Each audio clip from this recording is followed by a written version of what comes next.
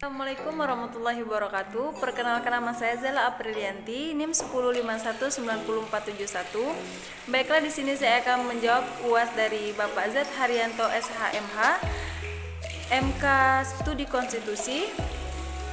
Baiklah, langsung saja soal yang pertama, yaitu jelaskan dan uraikan hakikat konstitusi menurut 3 orang ahli.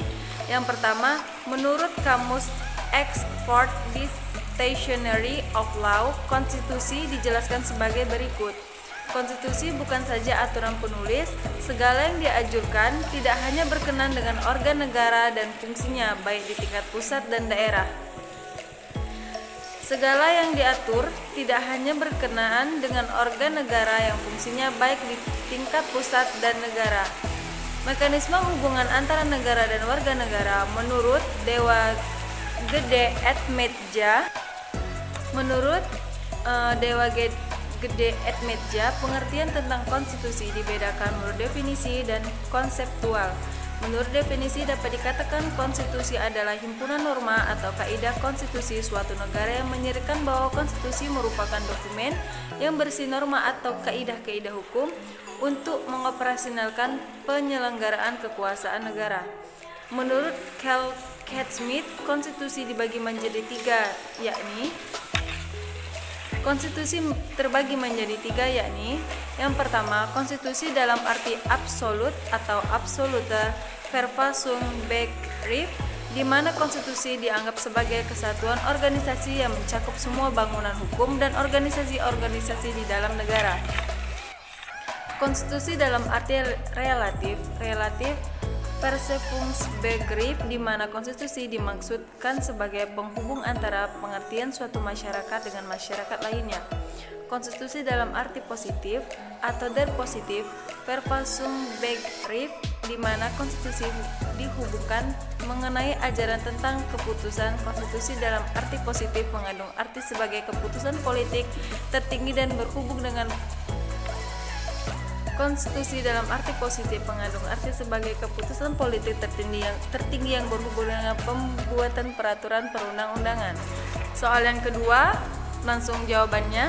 Nomor 2, jelaskan tentang teori perubahan konstitusi menurut 2 orang ahli dan uraikan tata cara proses perubahan konstitusi. Konstitusi merupakan dasar acuan dalam bernegara, dan perubahan konstitusi merupakan suatu keniscayaan yang sulit untuk dihindari. Perubahan konstitusi suatu keniscayaan yang sulit untuk dihindari. Perubahan konstitusi disebabkan oleh beberapa hal, di antaranya karena adanya merupakan keadaan maka adanya perubahan konstitusi. Bisa juga karena adanya perubahan kebutuhan dan kepentingan, sehingga penyebabnya merupakan konstitusi. Pada intinya, perubahan konstitusi terjadi untuk menjawab tantangan zaman dan juga agar konstitusi tetap relevan.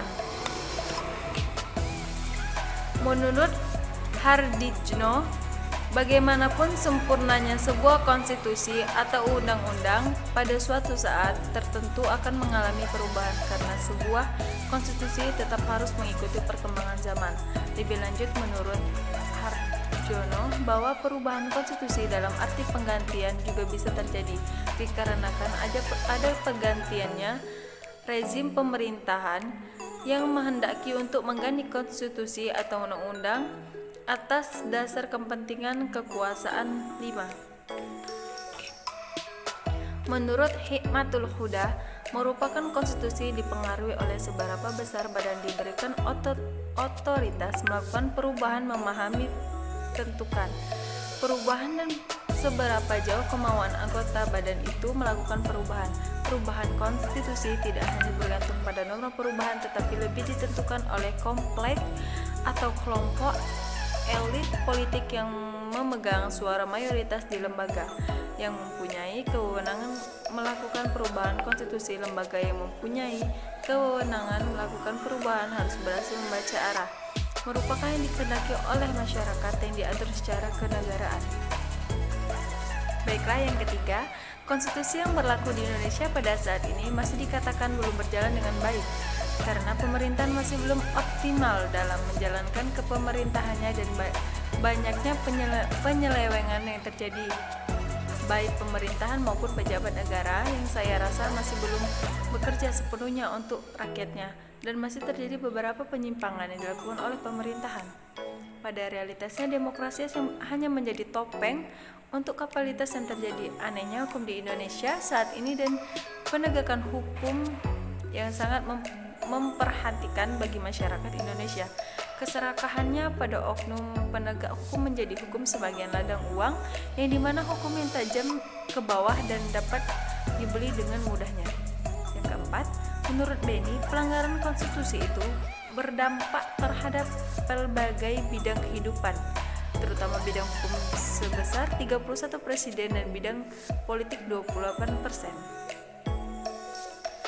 Salah satu penyelenggaraan konstitusi di dalam bidang hukum dan politik adalah sikap DPD dalam menanggapi Sikruh, KPK, dan Polri. Mereka berpihak kepada salah satu lembaga tertentu.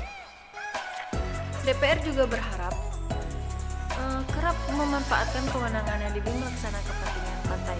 Hal ini tergambar dari sikap DPR yang mengagungkan hak hakikatnya terkait dengan kiruk partai politik tertentu dengan mengandalkan kebijakan Kementerian Hukum dan HAM, ujarnya.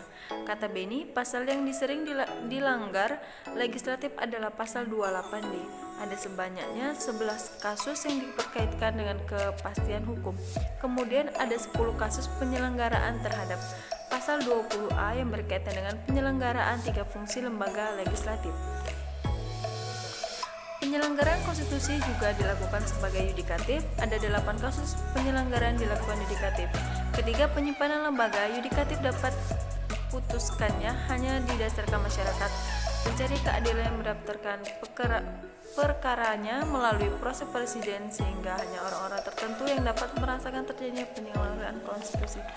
Baiklah, sekian dari saya. Wabillahi taufiq wal hidayah. Wassalamualaikum.